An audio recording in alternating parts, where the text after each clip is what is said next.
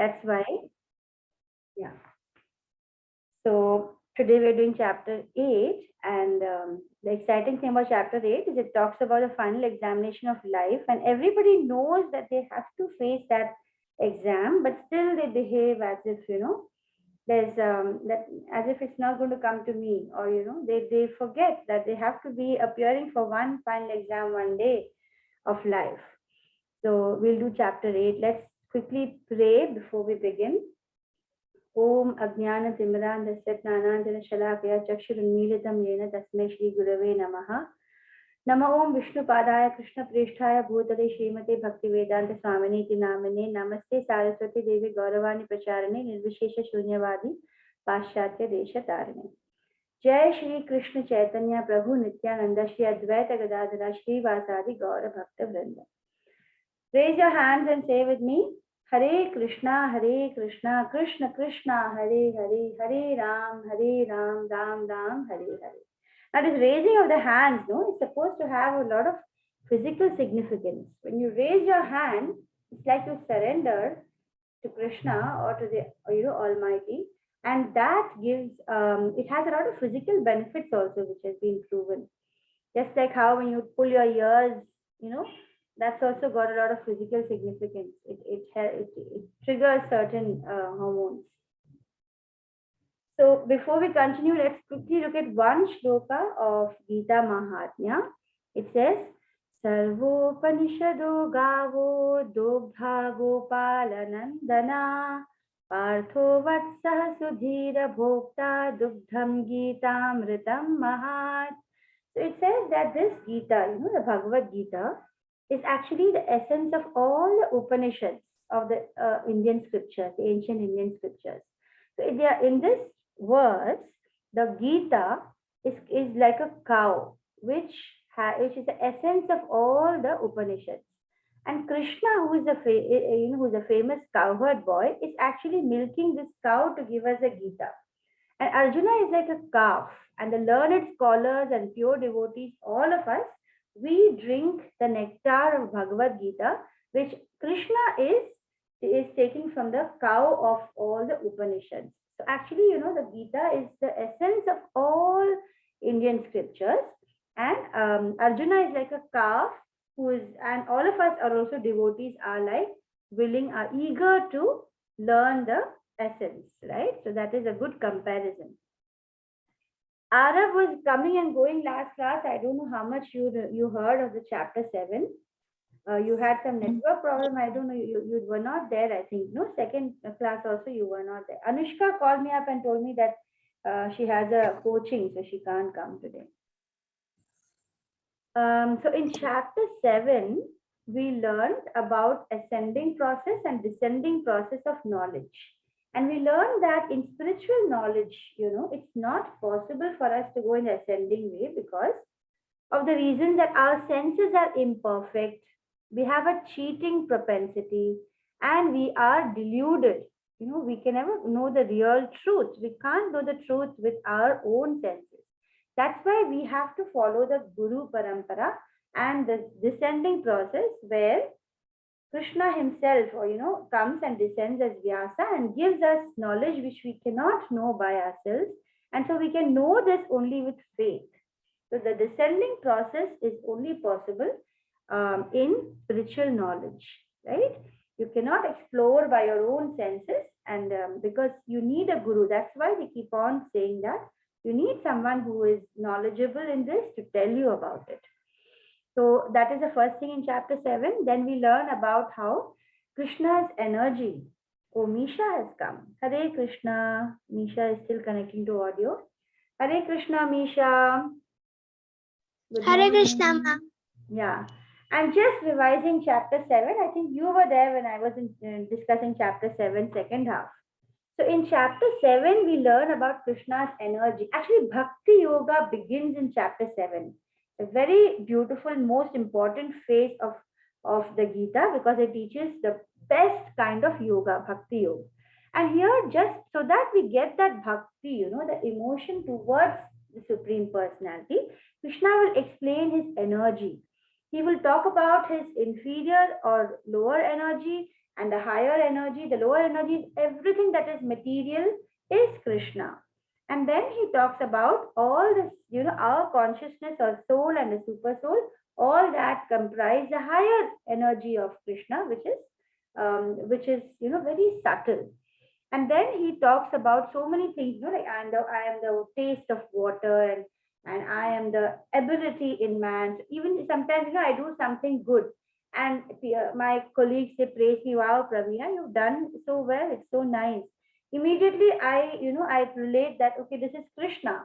Anything that is good and that is happening, we are able to use our ability, it is Krishna. So when we think like that, we are able to see Krishna everywhere. Otherwise, it's difficult to see Krishna everywhere all the time. And then Krishna talks about what are the four kinds of people who cannot believe Krishna.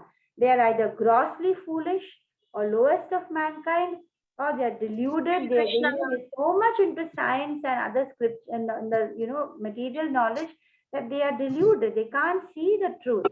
And the professed atheists who want to declare that I am an atheist. Okay, Arya has also come. Hare Krishna. Good morning, Arya. I'm only revising chapter 7 now, and then I want to do chapter 8. So we Hare didn't Krishna, ma'am. Hare Krishna, Arya.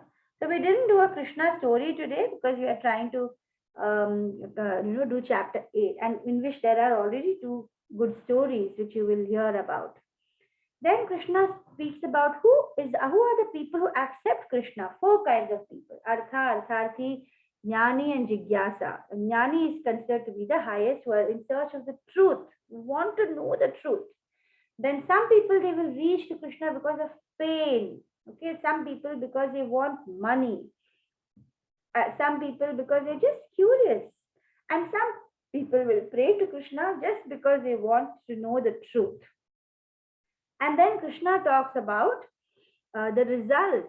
If you are, going to do demigod worship, what happens? You will go to higher planets. That means you will just be in material world, but more pleasurable, happy states. And then when you finish with all your punyas are all over, you have to come back to the earth. But that is temporary. And what is permanent? Permanent is going back to Krishna through bhakti, where you don't have any attachment, desire free. That is the highest state of bhakti. Who can become a devotee? One who has done a lot of pious things in previous births, who washes off his sins through chanting, and who does devotional service with determination. So these we learned in chapter 7.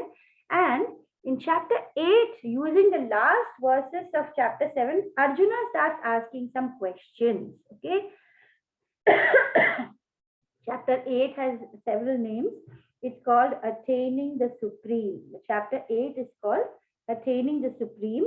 It's also called Akshara Brahma Yoga. Okay, and it is also called Yoga Mishra Bhakti Yoga. So it has several names, and it focuses on the most important question which Arjuna asks, which we will come to now. So we're going to learn how to attain Krishna. We're going to learn what is the final examination of life and how to prepare for it. And we're going to learn how to perform Bhakti Yoga. Okay. So in 8.1 to 4, we learn about Arjuna's questions. Then we learn how Krishna talks about remembering him at the time of death. So what is the final examination of life I'm talking about? Who can tell me? What is the final examination of life? Death. Yes, Ritika, you're right. The final examination of life is death. And the ability to remember Krishna at the time of death is a very important secret of the Bhagavad Gita. Remembering Krishna by Yoga Mishra Bhakti. Remembering Krishna by pure Bhakti. These are the different, very secret knowledge that Krishna shares, because we believe that we are the body. And unless we start believing that we are the soul and we have to come back to the earth, if we don't remember Krishna, we have to come back and again go through the painful experience of living in this world, which, we think that we are happy, but all the joys in the material world are actually temporary. And then we have a comparison of the material world and the spiritual world. And we have how how the bhakti is the supreme. We learn in the last verses. All right. So let's look at the questions. Can I have somebody read the question? Is it is Ma'am, may has I? Mitali's son has joined? Who is that? Karan Golani?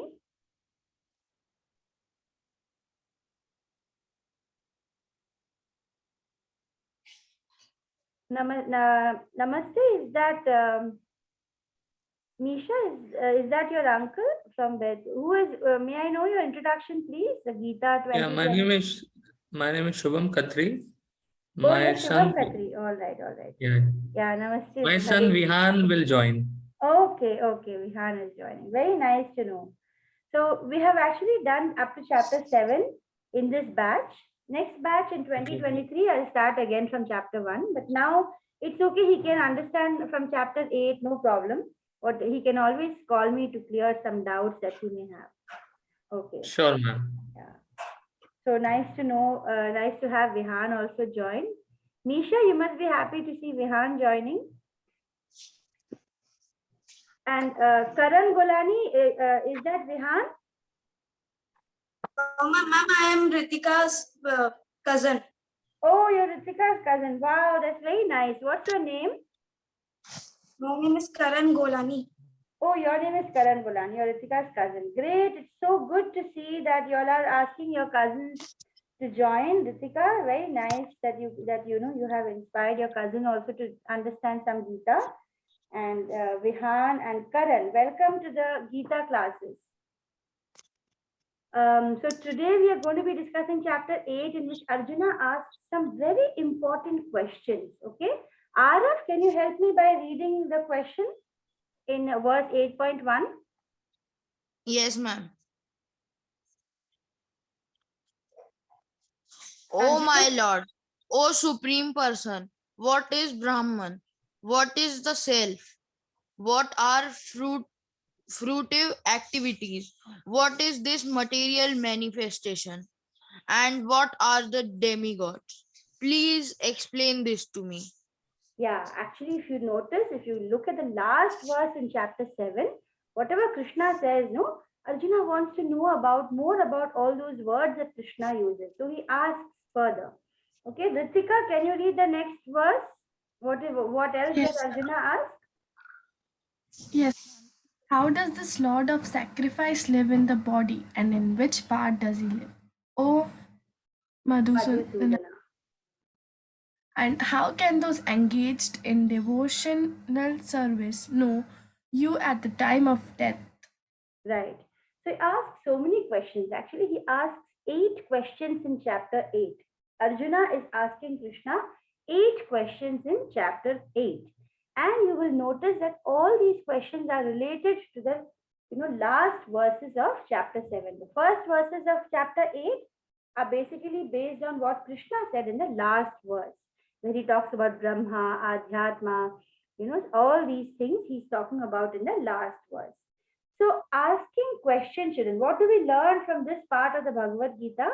We learn that asking questions is a sign of growth. If you're only listening, you'll get related questions in your mind. So you're a good listener, first of all. When you ask questions, it shows that you're growing. And if you stop asking questions, you are stagnating. You are stopping your own learning. So keep asking questions. Even if it's not in the class, if some question comes to your mind, try to search for that answer. So here Arjuna asks, what is Brahman? And Krishna will answer. Since you're not going to go to every verse in detail, I'm giving you a table here. What are Krishna's answers? Okay. For Brahman, Krishna says that this is not Brahma. Okay. The Lord Brahma and Shiva, not that. This is Brahman, which is the spirit, the Jiva, the indestructible living entity or the soul, which we learned in the second chapter. Then he asks, what is Adhyatma? And he says that it is a nature of the self, that is controller of the body. Nature of the self is Adhyatma. What is karma? Karma we already learned in chapter 3 in Karma Yoga. It can be work done without attachment to result or work done when you want some result. So if you're doing karma which is you're doing good deeds, then you're doing actions which will again give you another, in your next, when you die, you will again get another body based on what all karma you have done. Then Krishna talks about Adibhuta. Adibhuta is the whole material nature. Okay, Adi Daiva. Adi Daiva are all the different demigods. So demigods are actually Krishna's administrators. All the gods that we see, they are all different demigods, and they are all working as an administrator for Krishna. So whatever we ask them, they will give it to us. But Krishna will give it only if it's really good for your spiritual growth. That is the difference between the different gods whom we ask for specific things related to material world. We want this and this, we want knowledge, we want money. So we approach the demigods. And what is Adi Yagya?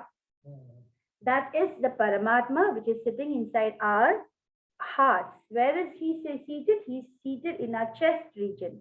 And he is the enjoyer of all the sacrifices we do. Where is he situated? You can see the answer Krishna gives in the heart of everyone, every living entity, not only human beings. Krishna is present in the heart of every living entity in this world. Then Arjuna asks the most important question: how is it that I can remember Krishna at the time of death? Because Krishna says that when a person dies, whatever he thinks of, he will immediately get that in the next body, or whatever he desires, he will get a birth to fulfill those desires. And then he has to again go through the whole material world, birth, disease, old age, death, just to fulfill all the material desires. So Krishna says that if you're able to think of Krishna at the time of death without any desire, you don't have to come back into this material world. That is why Krishna is saying that we must make our aim to be free from desires and to reach Krishna's work. He's calling us. Krishna in the Gita is calling us. Please come back to the spiritual world. Don't go on in circles in the material world. Okay? The new children are Karan and Vihan. I don't know how much you're understanding. If you have any doubt, please ask, because chapter 1 to 7, we have actually covered a lot of basic concepts. Okay? The whole Karma Yoga is covered in chapter 1 to 6, and 7 onwards it is Bhakti Yoga. Okay? And even chapter 1 to 6, Krishna talks about lots of other yogas also. It's okay, you can learn it in the next batch, in the next year. Now let's do from 8 to 18. So in 8.3, Krishna is saying that the indestructible, transcendental living entity is called Brahman. He's giving the answer of what is Brahman. So can you see the picture? It is the soul. We are not the body. The soul inside the body, that is what we are. And our body will be born, it will grow bigger, it will grow old, it will die. Again, it will take another body, it will grow old, it will die. All right, so action pertaining to the development of the material body is called karma. So what is karma? Karma is when we are doing things with a desire for fruit. That is called fruitive activity. Fruitive activity is when we do something because we want something in return. And that is the reason why our soul keeps on taking birth. And it takes birth according to what is our desire. You can see in this picture, whatever the person desires, in the next birth, he will take birth accordingly. But Krishna gives us the freedom to choose whether we want to continue in this world, in the material world, or we want to go back to Krishna's spiritual, transcendental world. So here Krishna is saying in 8.3, we have finished 8.3. So in 8.4, Krishna says that the physical nature is Adibhutam. The physical nature we see around us, that is endlessly mutable, means it's going on changing. Can you see the picture? There's a caterpillar, it becomes into a pupa, then it becomes into a butterfly. Similarly, all the living, everything around us in nature goes on changing. And the universe is the cosmic form of Supreme Lord. So the whole universe is actually a form of Lord, and the Lord is represented as a super soul in everybody's heart also. So you can see so many different forms of the Lord. First of all, he is present in the whole material world.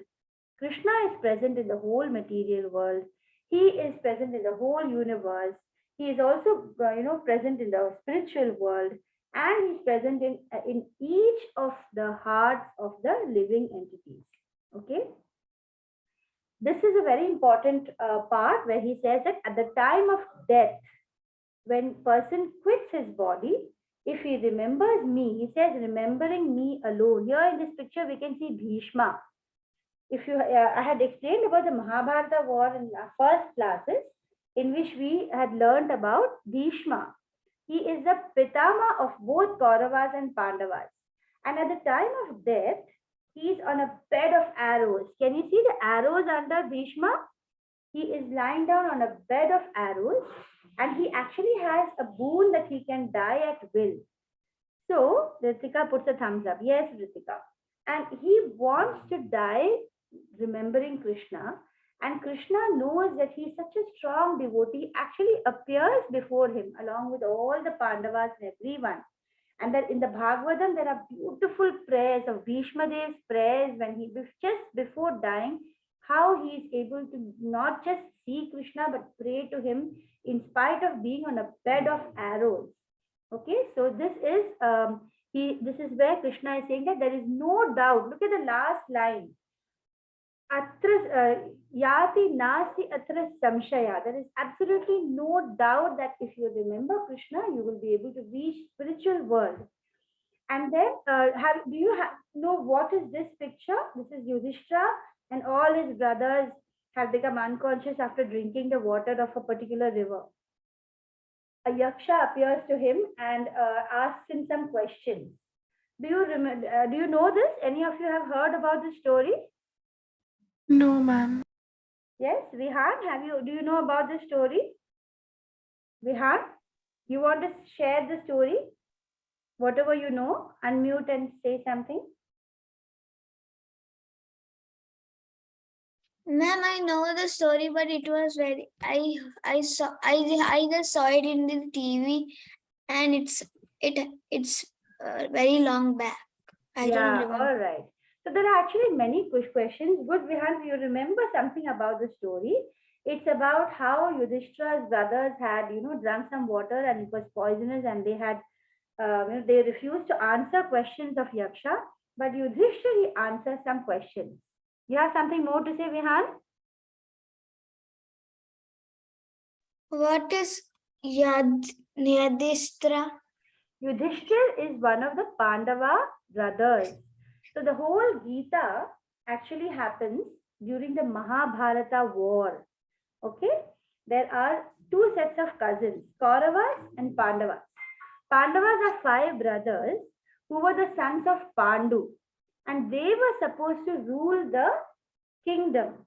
But because their father Pandu died a little early, they were very small. Because of that, the Kauravas' father, Dhritarashtra, who was actually blind and considered not eligible in those days to rule, he was ruling for some time. He became very greedy for the kingdom. Kaurava's father, Dhritarashtra, he became very greedy. He didn't want to give the kingdom to his brother's children. Actually, they should have the kingdom. Rightfully, according to Dharma, they were supposed to get the kingdom. But Kauravas became so greedy, they said, we will not give the kingdom. Kauravas are like 100 brothers and 1 sister. And their father, Dhritarashtra, they became greedy. They didn't want to give the kingdom. And at last, because they did many wrong things also, like trying to kill the Pandavas in many ways, the Pandavas, there was a Mahabharata war.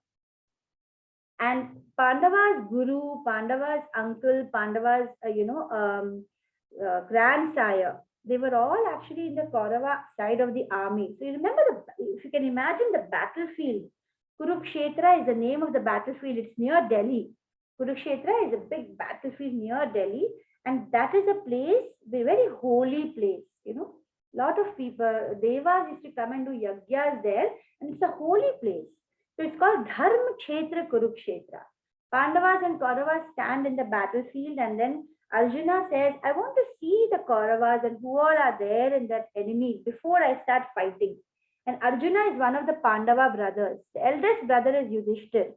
Okay. Then we have Bhim, Arjun, Nakul, Sahadev. Have you heard of the 5 Pandava brothers we have? No, I didn't. Okay. So Bhim was also there. yeah, You told Bhim? Bhim. Yes. Yudhishthir is Who the is it? elder brother. Then Bhim, then Arjun, Nakul, and Sahadev. These are the 5 Pandava brothers. They were fighting because the kingdom actually should be theirs. Okay. And in the Mahabharata war, what happened is Kauravas are on one side saying we will not give the kingdom.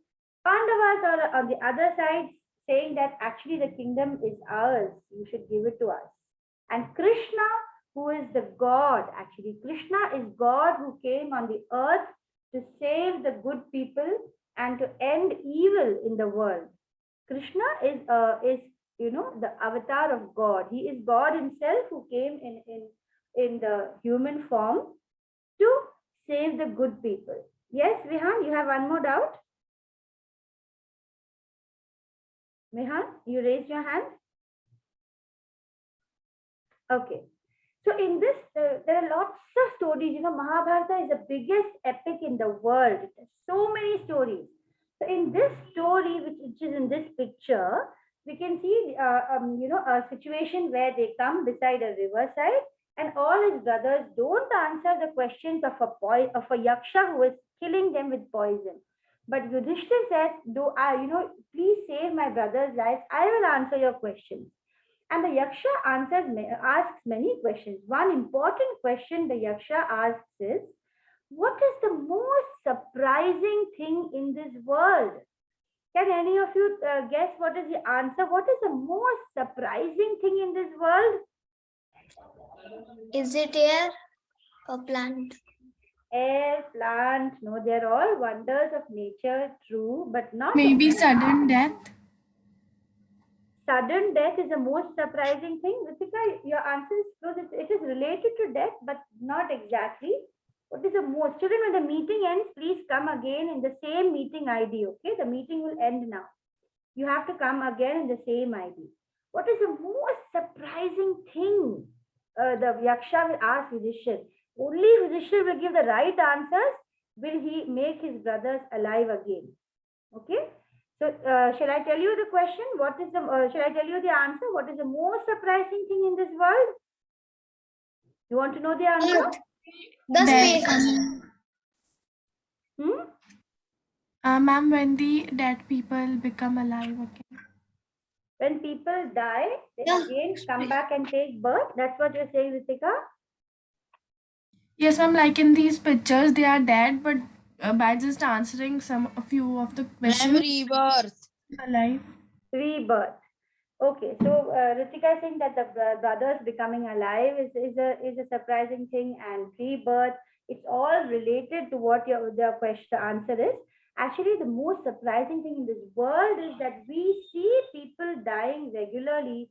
We know that death is certain. Everyone will die one day. There's no one who is born who will not die. Still, people they don't think about that final exam of life at all. They behave as if that death is not going to come at all. They forget that final destination completely. And that is the most surprising thing, that in spite of knowing that everyone will die one day, people don't think about death, or they don't understand that that final exam is so important. Okay, that is the most surprising thing, is the answer that Yudhishthir gives, and it is the right answer. And then the Yaksha is actually, Yudhishthir is actually a form of Dharmaraj, the son of Dharmaraj, the god of death. So the god of death himself was testing his son Yudhishthir with these questions. And when he answers these questions, they all come back. They were unconscious because of the poisonous effect. They all come back to life. And there's a lot of learning in those question answers. So here we can see Krishna is saying that hundreds and thousands of living entities are dying every moment. Every moment somebody or the other is dying. But a foolish person will think himself to be deathless.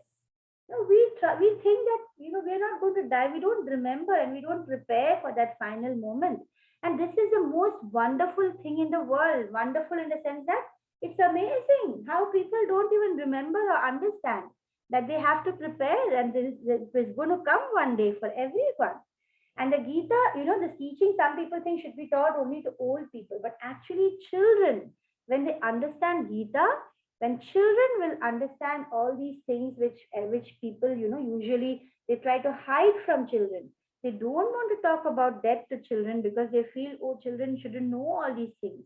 But in reality, teaching Bhagavad Gita and these significant things make children wise from beginning, and they become prepared for living a beautiful, very useful life when they know these secrets which are taught in the Gita. So the best question that Krishna asks is how to attain Krishna at the time of death. Because Krishna says that when you die, what you think of, you will become.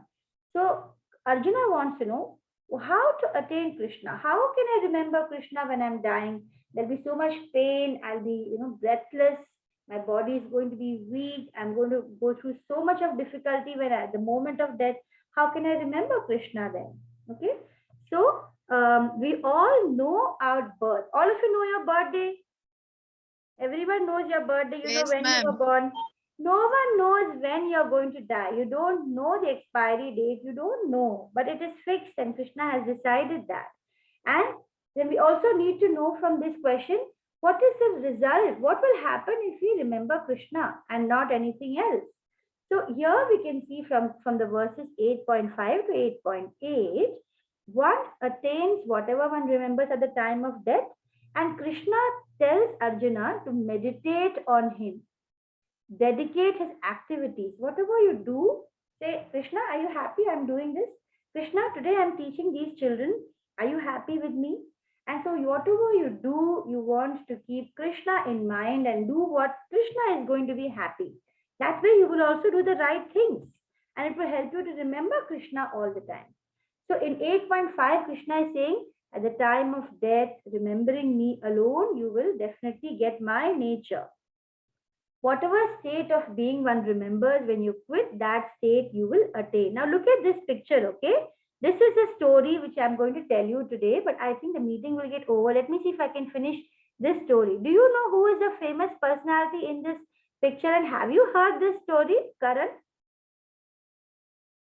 Any of you? Ritika, Arya is very quiet today. Nisha is also quiet. Do you know what is this story? Anybody? Sorry, ma'am. This is a very famous king who gives up his kingdom to his children, and he goes into the forest because he wants to meditate on the Lord. You know who he is? He's a very famous king. His name is King Bharata. In fact, India is named after this king, King Bharata. He is a very famous king, and this is a story about him which teaches us such a lot. Okay, so listen to the story. You want to hear the story of King Bharata? Vihan, you want to know the story of King Bharata? Okay, so let's see the story. So King Bharata had left his kingdom because he wanted to dedicate himself and he wanted to go into the spiritual world and be of service to Krishna directly, without going through this material body. So he starts meditating, and he had, he used to do sacrifices. In those days, it was easy to do. In Kali Yuga, we can't. This is Kali Yuga going on. We can't do such sacrifices. Those days, it was possible. Satyug.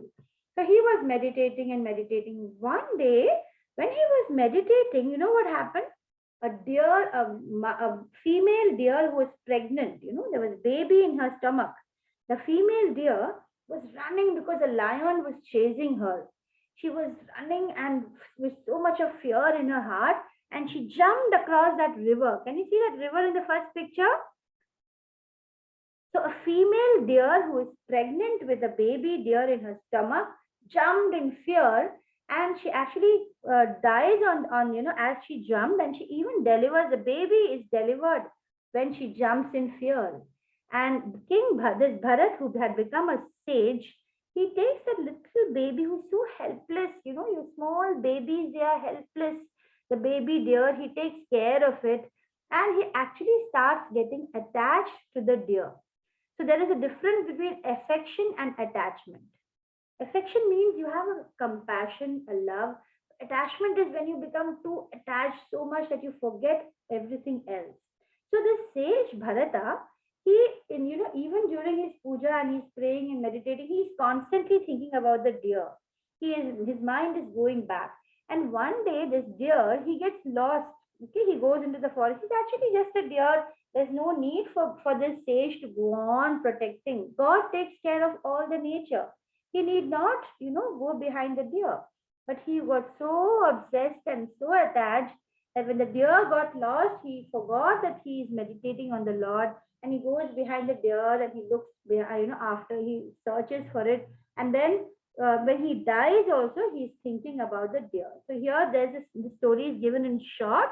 Arya, can you read the story for us? A small, written briefly about Yes, Emperor ma'am. Bharata. Yeah. Yeah. Emperor Bharata, son of Rishabha, was a king of great India. Gave his kingdom to his son and left for the forest to practice spirituality. Female deer was pregnant and jumped across a river when she heard a tiger and delivered. Due to exhaustion, she died. Bharata took care of the deer and whole day he was only concerned about the deer and became attached to the deer. Bharata died thinking of the deer and became a deer. Next birth became next birth became Jada Bharata. Yeah, so it's all given in short sentences. I haven't put a whole sentence. So you can see that Bharata in the next birth, because he was thinking of the deer all the time, in the next birth, he takes